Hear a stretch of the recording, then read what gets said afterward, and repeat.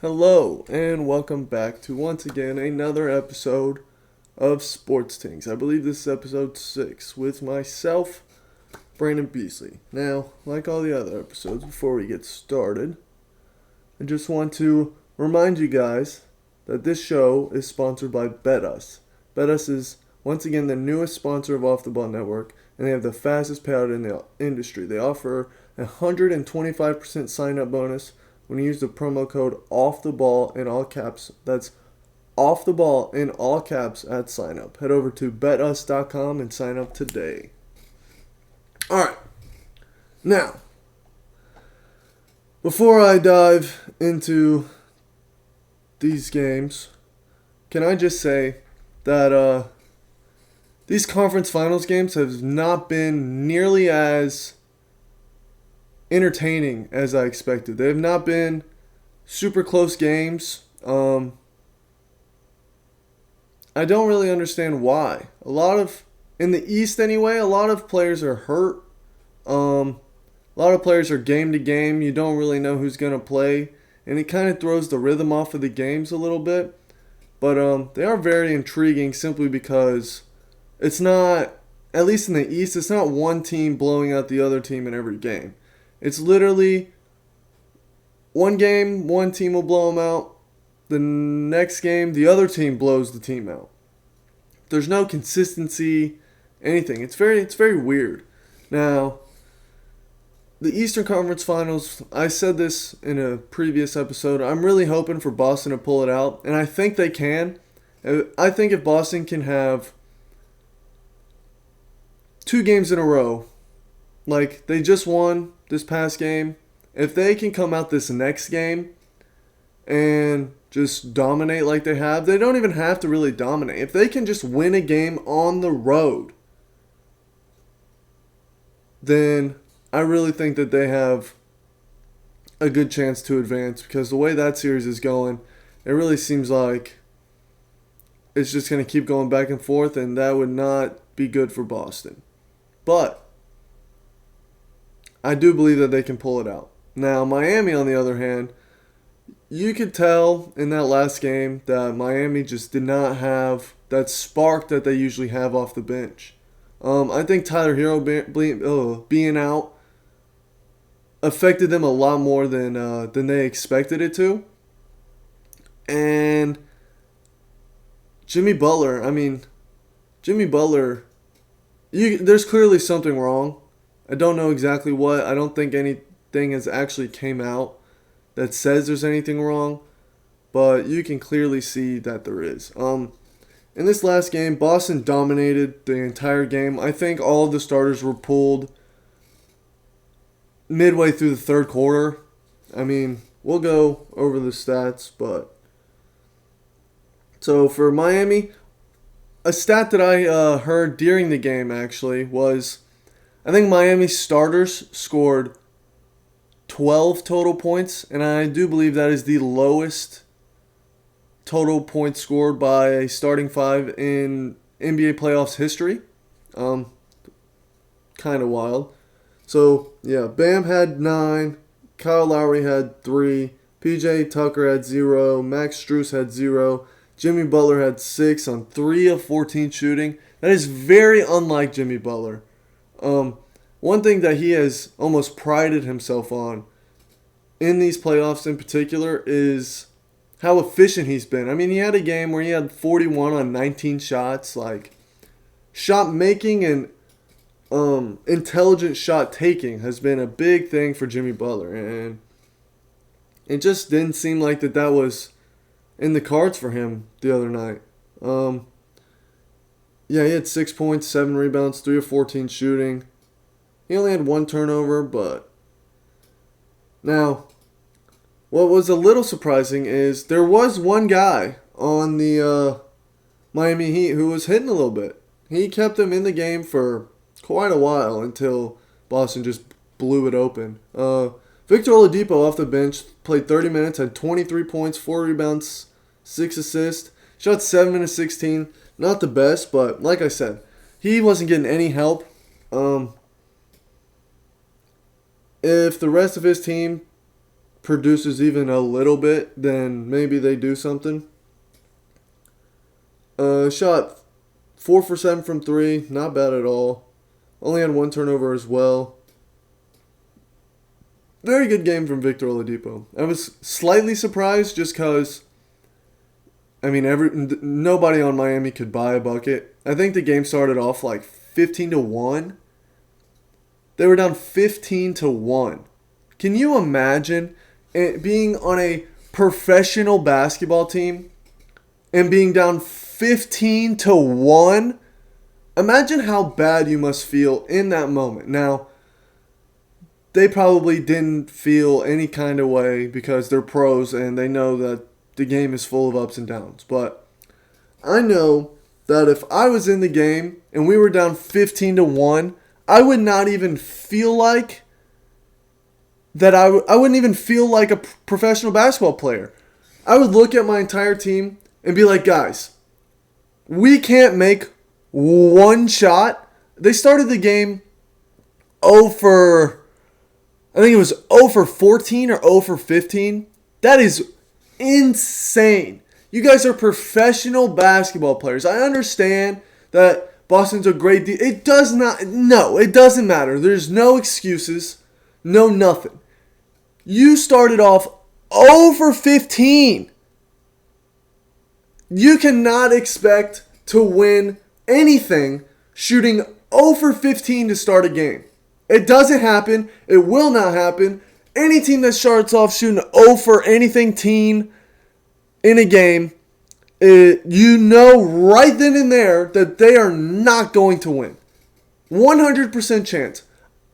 I don't even know this for a fact, but it seems so obvious that I'm going to say it and that it's definitely true. I can guarantee that there has never been a team that started 0 for 15 and won a game. They may be the only team in NBA playoff history to start a game 0 for fucking 15. Do you realize how unprepared you had to be for that game? That means in your warm-ups you didn't give a fuck what you were doing. You were just throwing up some lazy shit.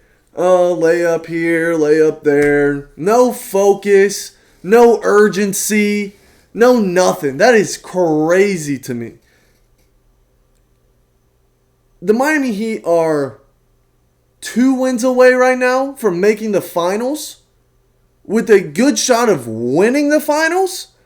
The last time they made the finals, they got swept by the Lakers with LeBron and AD.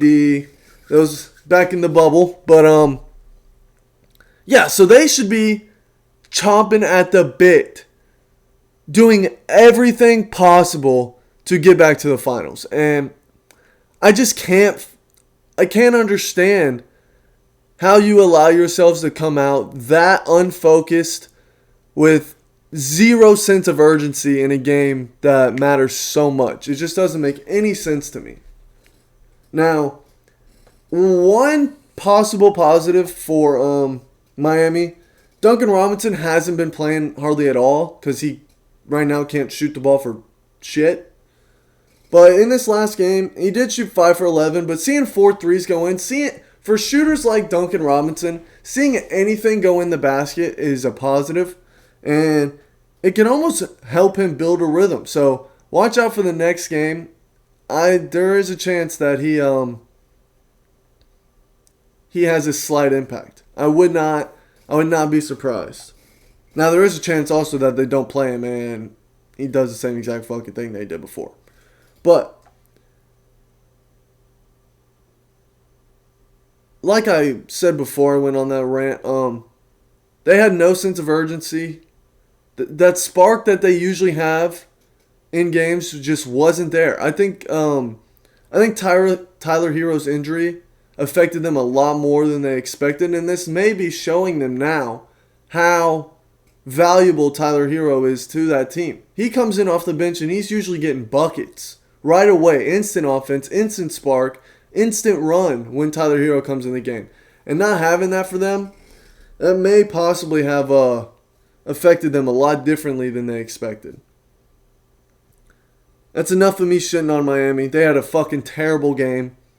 And that's all there is to it. They probably won't even watch the tape. They'll probably just go through practice. They may practice a little harder if they even practice right now. They're definitely going to find out what the fuck is wrong with Jimmy Butler. And I'm sure they'll come out next game ready to go. But for Boston in that game, Robert Williams had 12 and 9. Jaylen Brown only had 12 and 7. Shot 5 for 20, 1 for 6 on threes. That's a bad game for him. Al Horford has found a way to just consume the entire fountain of youth. I remember 2-3 years ago, Al Horford was looked at as a has-been. By me personally, I looked at Al Horford like he did not have anything left, and it was time for him to retire. And him coming back like this on a team that he previously did not perform very well on, in my opinion. I know they made the playoffs, and I think they even made the conference finals the last time Al Horford was on the Celtics, but I don't believe that he played nearly as good. I can almost guarantee that he did not play nearly as good as he's playing right now, and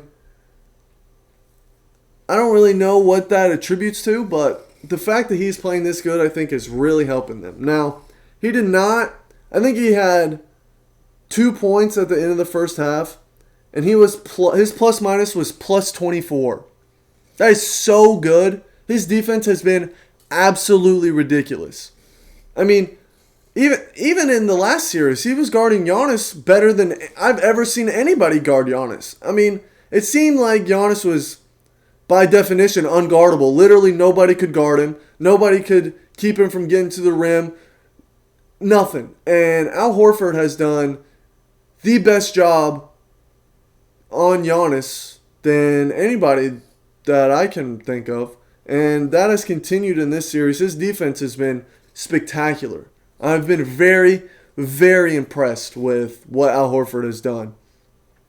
For the full game, he had 5 points, 13 rebounds, 3 assists. The 5 points doesn't really matter. That's what's crazy. Al Horford is not expected to score. So when he does score, it's almost like a bonus for them. I think I said this whenever he dropped 30, but Derek White, he started for him. Marcus Smart was out with that ankle. Like I said, this series has been so back and forth, not knowing who's going to play, who's not going to play. I think Marcus Smart has literally played every other game. Like, he plays one game, re-aggravates his injury, sits out a game, comes back the next game, re-aggravates his injury, sits out again. I mean, it's kind of crazy, but shout out to Derek White. He probably will never see this, but he did just have a kid. That's why he missed the last game. Congratulations, brother. He had 13, 8, and 6. Those 8 rebounds, 6 assists, that's good for Derek White. He's not known mostly for his rebounding. He did shoot 4 for 14 and 1 for 8 from 3. Not great, but honestly in that game it doesn't really matter. Did not matter. They still blew the fucking brakes off of him. Jason Tatum had 31, 8, and 5.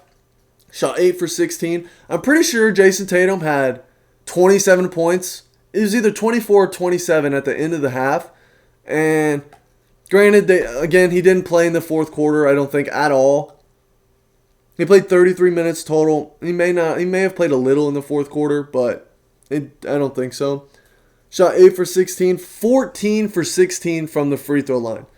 If Jason Tatum can consistently get to the free throw line that much, this Boston team is going to be on a nice roll. I don't think anybody can beat them if he's getting to the line that much. Imagine, he didn't even play in the fourth quarter, and he was getting to the line. He got to the line 16 times.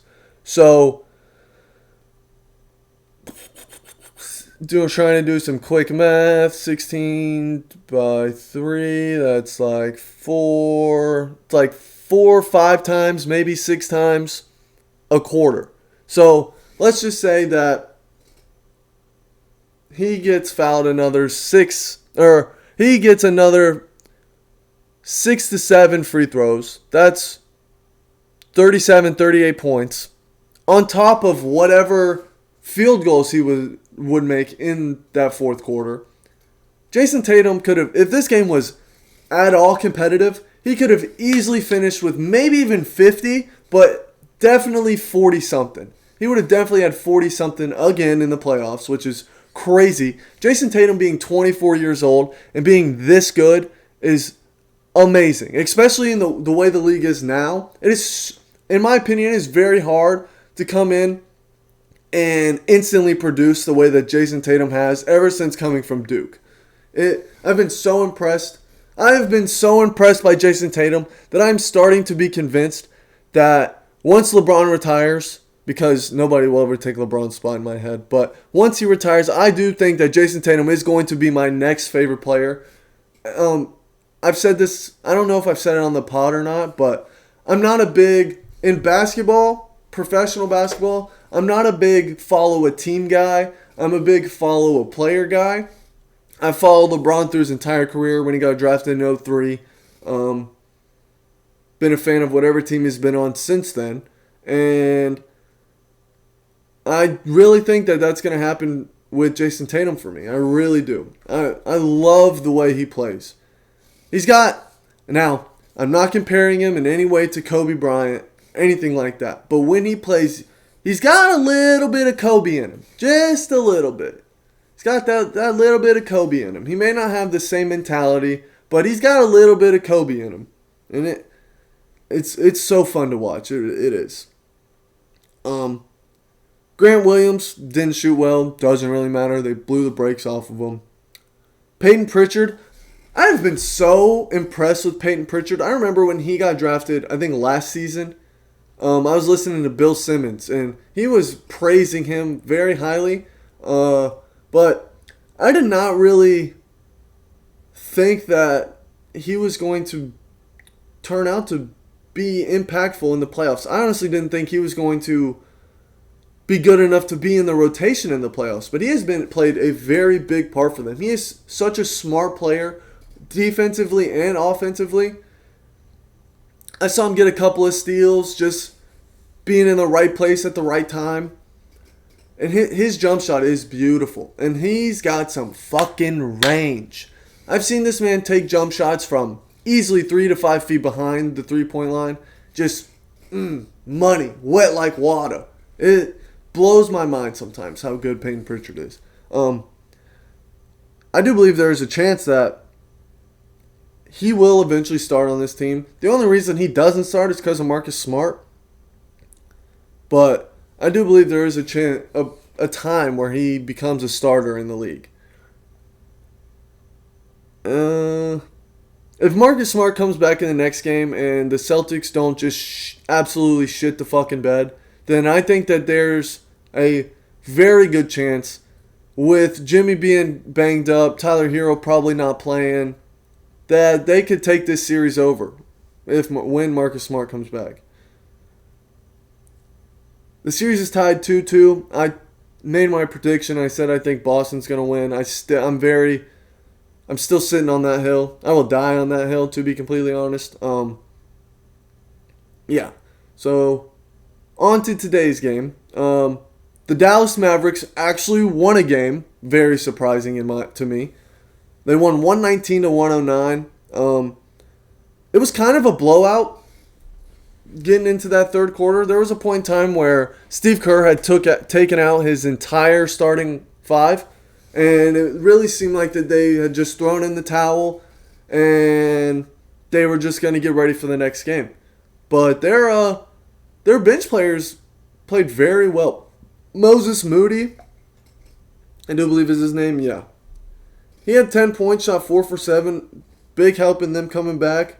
Jonathan Kuminga. I have been, in the little time that we've seen Jonathan Kuminga play, I can say that he is NBA ready. And I don't think that may be because Steve Kerr's not putting any pressure on him. He has the game is not on his shoulders in any way. He can kind of just go out there and play freely. And right now, with him being this young, I think that's a perfect way to treat him. And he had 17 points, 8 rebounds, shot 5 for 11. Not great shooting, but it doesn't really matter. Played 21 minutes. But yeah, that whole bench unit for Golden State really they really impressed me, man. They came back, and I think they cut it to 10 with 4 minutes left in the game. Steve Kerr brought all the starters back. They just couldn't get the job done. Kevon Looney did not have as big of an impact in this game as he had. Kevon Looney had been playing really good. Eating the glass, I think he was averaging like 10, 12 rebounds in the series before this game. He was averaging like 13 points, which isn't a lot, but when most of his points are going to come from dump-offs when people are driving and just garbage points, I mean, averaging 13 and 10 is that's perfect for this Warriors team.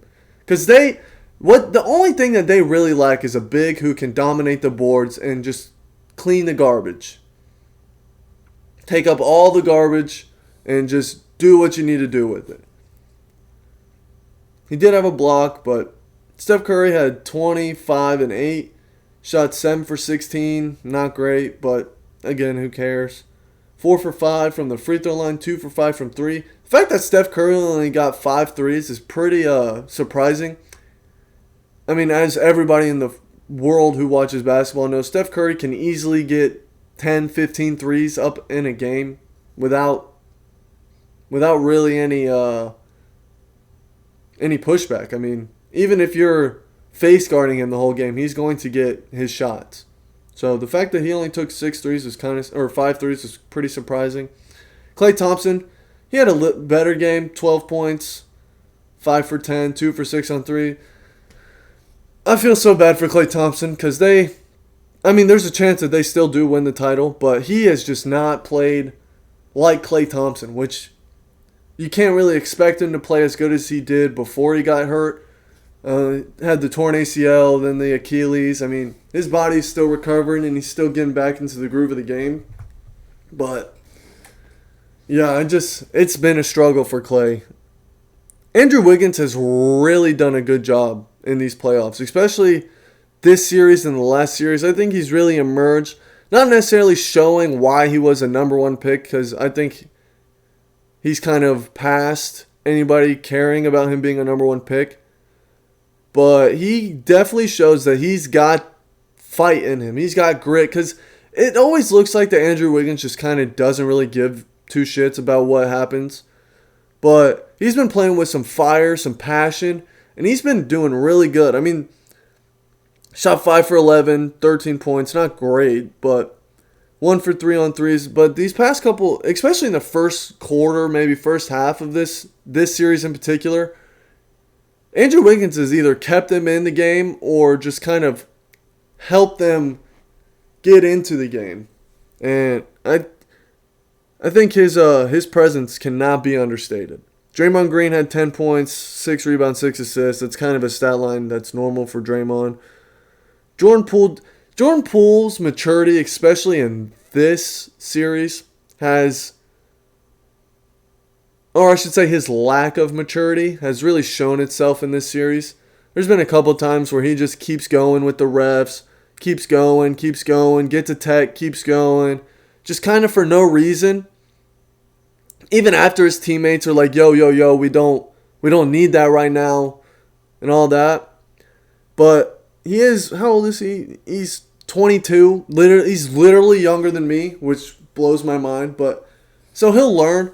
He'll definitely learn. I don't know. Shot 5 for 10, 2 for 5 from 3. Once again, they lost 109 to 119. But Dallas, I was very impressed by everyone on Dallas. First person I'm going to start with is Reggie Bullock. He went 0 for 10 in the last game, 0 for 7 from 3, right? In this game, 18 points, 6 for 10 from the field, way better, and 6 for 10 from 3. Imagine how confident you have to be in your jump shot to go from a game where you literally didn't make a basket to making 60% of your threes. Like, 60% from 3 is an unreal number. Just to put into context for whoever doesn't know what's a good 3-point shooting percentage, if you're shooting, I'd say 35% and up from 3, you are considered a good 3-point shooter. So the fact that he is shooting 60% from three, if he shot 60% from three his entire career, he would be known as the greatest shooter in the history of the NBA. Now, granted, it's only one game, so like I'm kind of blowing it out of proportion, but shooting 60% from three is crazy. It really is. Didn't turn the ball over. Reggie Bullock just had a great game. He's really good on defense too.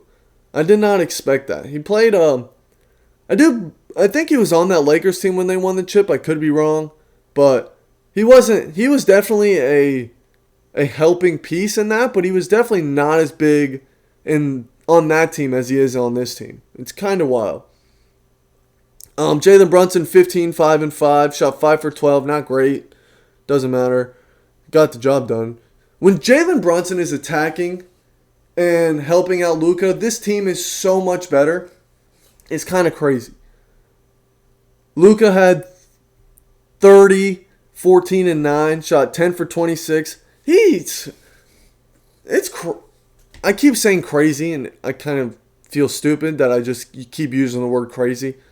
But it's pretty mind-blowing that Luka Doncic shoots kind of bad from the field, and I understand why he has the green light, but like, you got to make more shots. 10 for 26. Could you imagine if he made 3 more of those shots? I'd put him at 50%, and he probably would have had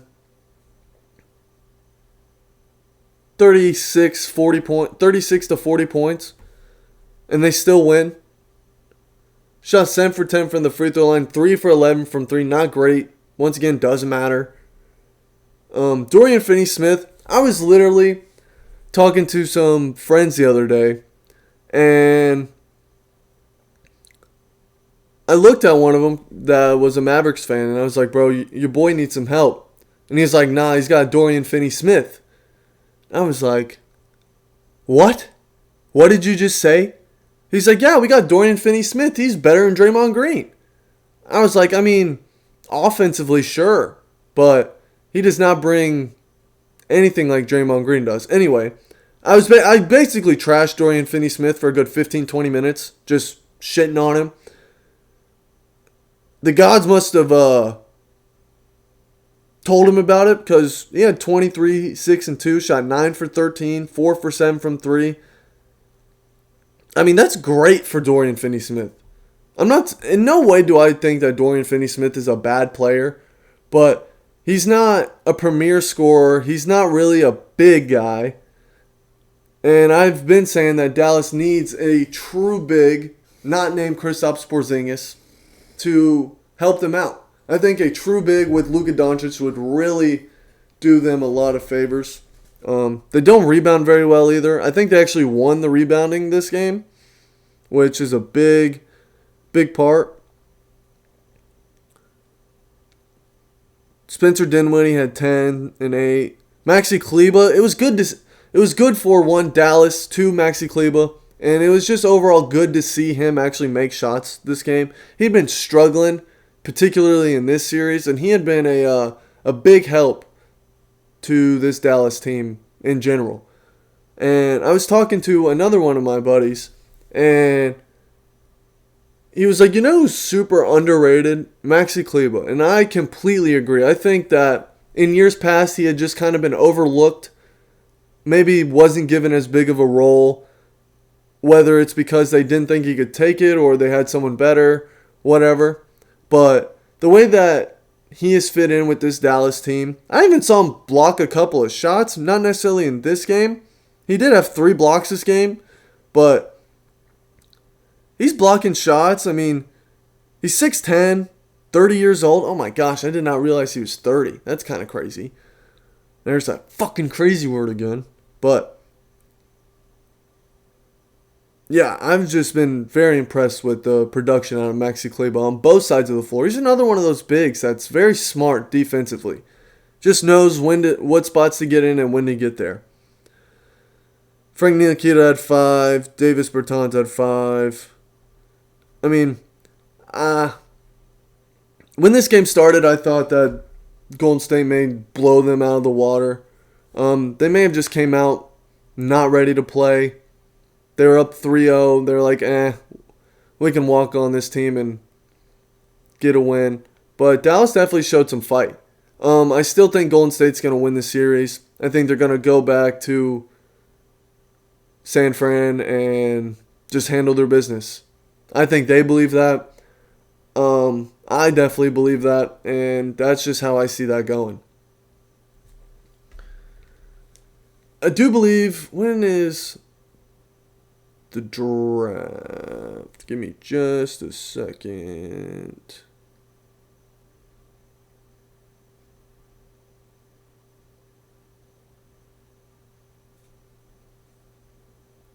I'm sorry, when is the I'm